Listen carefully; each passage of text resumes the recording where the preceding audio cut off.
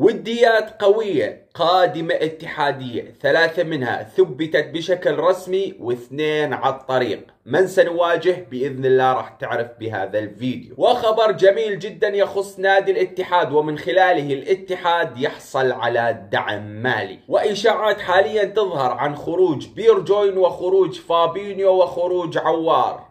فبهذا الفيديو راح تعرف إذا كانت هاي الإشاعات صحيحة ولا كاذبة. والبدء بإقالة الكادر الطبي في نادي الاتحاد، وأولهم رئيس العلاج الطبيعي. وعبد الإله العمري قد يعود إلى نادي الاتحاد والمفاوضات بدأت. خلونا ندخل بالفيديو على السريع نتكلم عن المحاور اللي ذكرناها قبل قليل، ولكن لا تنسى اللايك الجميل والاشتراك الحلو وصلاتك على سيدنا محمد فتكسب حسنة وتكسبني حسنة. قبل ما نبلش أخبار فيديو اليوم، أحب أخبرك يا عزيزي المشاهد إنه نادي الهلالي اللي صرفه على مركز الظهير اليسار يعادل ب 12 ضعف ما صرفه نادي الاتحاد في ذات المركز بعد ما تعاقدوا مع ثيو هرنانديز. وإن كان نادي الاتحاد لا يريد تجديد لاعبيه الأجانب، لا يريد تجديد باقي اللاعبين، يجب أن يعامل نادي الاتحاد وباقي أندية حتى الصندوق نفس معاملة الهلال.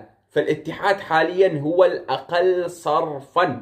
الهلال حاليا صارف 1,800,000,000 ريال سعودي، والاتحاد 810 مليون ريال سعودي. يعني ما بيننا وما بين نادي الهلال 1,000,000,000 ريال سعودي. حتى لو كنا مو محتاجين هاي الأموال الموسم هذا لازم تحطونها بخزينة نادي الاتحاد، فأكيد نحتاج صفقات بالمواسم المقبلة. يعني أهم شيء لازم يكون في هنالك عدل ومساواة ومعاملة بالمثل. نبلش بالخبر الأول. بحسب الصحفي الموثوق صالح الأحمد، يقول بأن إدارة نادي الاتحاد حاليا والاتحاد ينوي إعادة عبد الإله العمري وشراء عقده إلى نادي الاتحاد بعد أن أعجب به بلان بشكل كبير بعد الموسم اللي قضاه معانا بنظام الإعارة بدون أحقية الشراء الموسم الماضي اللي جبنا الحمد لله في دوري وكأس. بلان هو من يريد عبد الإله العمري، وهو اللي حاليا مصر على عودة عبد الإله العمري ومفاوضته وجلبه إلى نادي الاتحاد. رأيي بعبد الإله العمري ما شاء الله مدافع جيد، مدافع يصلح بصراحة أنه يمسكك كم مباراة، يساعدك كم مباراة، يمسك خانته إذا كان جاهز. يعني مثل كنا نداور ما بينه وما بين سعد الموسى وما بين حسن كادش، وفي مركز قلب الدفاع إلى جانب بيريرا. فبصراحة جدا مفيد عبد الله العمري إذا جبناه، ولكن أهم شيء إنه نجيبه بمبلغ معقول يناسب لاعب مدافع محلي، ما نجيبه بمبلغ فلكي ويتم استغلالنا في حاجتنا لعبد الإله العمري أو إصرار لوران بلان على ضمه. فأتمنى أنا بصراحة أنها تتم هاي الصفقة ولكن بشكل طبيعي ومعقول. ونروح للخبر اللي بعده. خبر بصراحة أنا أشوفه جميل جدا. رئيس العلاج الطبيعي في نادي الاتحاد مانويل الكانتارا يودع نادي الاتحاد وينشر منشور طويل يودع فيه نادي الاتحاد. شكرا على اللي قدمته، ما نبخسك حقك، ولكن بصراحة كان في هنالك مشاكل كبيرة جدا منذ أن أتى هذا الكادر الطبي إلى نادي الاتحاد بالإصابات العضلية، بإصابات الأوتار، بحتى رباط صليبي أحمد با مسعود وأيضا أحمد شراحيلي. يعني كان في هنالك إهمال كبير بصراحة من تأهيل اللاعبين بشكل جيد من هذا الكادر الطبي من بداية الخصخصة. وخارجين نحن بمسألة الإصابات بالمواسم الأخيرة عن الحد الطبيعي. فالأندية الأخرى الطبيعية يعني يصاب لها لاعبين 3 4 5 بالموسم، لكن نحن تمر علينا مباريات ننزل يمكن لاعبين 3 فقط أساسيين والباقي كلهم دكة، الأساسيين كلهم مصابين. فأكيد في هنالك عطل بهذا الكادر الطبي. وعلى قبال يا رب ما يتم إقالة رئيس الأطباء اللي اسمه أنطونيو، هذا اللي حاليا ظاهر أمامك على الشاشة، اللي هو يملك منصب رئيس الأطباء في نادي الاتحاد.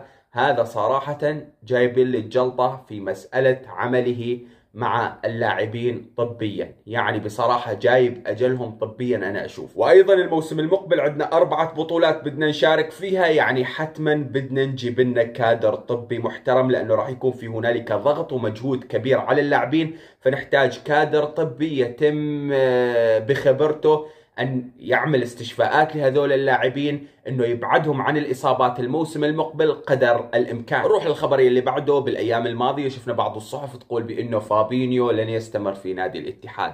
الإدارة الاتحادية تريد تغيير فابينيو. البارح طلعت صحف تقول حتى بيرجوين سيتم تغييره في هذه الصيفية. لا يا جماعة الخير، بيرجوين البارح طلع بتصريحات إعلامية، طلع وصرح وقال بأنه هو باقي مع نادي الاتحاد الموسم المقبل.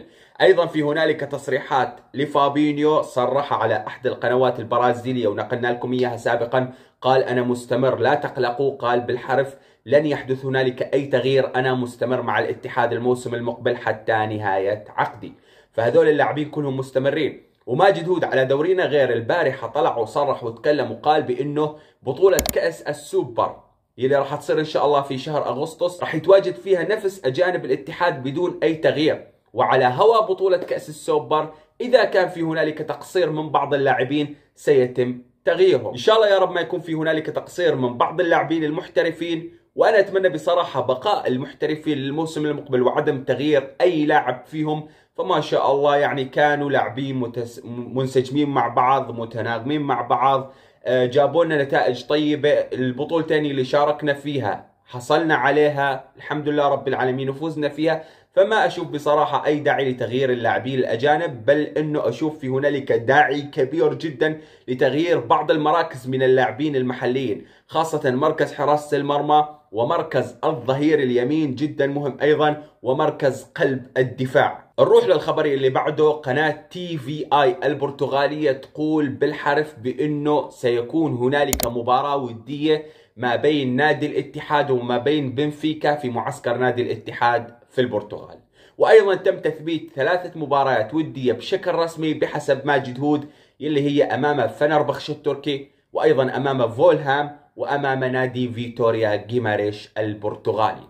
وأيضا تم تثبيت ودية بشكل رسمي في معسكر إسبانيا أمام نادي الاتحاد تحت 21 عام، كون مثل ما قلنا لكم سابقا ومثل ما تعرفون أنه نادي الاتحاد للرجال ونادي الاتحاد تحت 21 عام اثنيناتهم سيعسكرون في إسبانيا. طبعا يبدأ معسكر نادي الاتحاد في 14 يوليو الحالي، يعني بعد 3 أيام. نروح للخبر الأخير. الاتحاد يجتاز كل مؤشرات الحوكمة ويحصل على دعم مالي بقيمة 7.5 مليون ريال. بس والله هاي كانت آخر أخبار نادي الاتحاد. السلام عليكم ورحمة من الله تعالى وبركاته.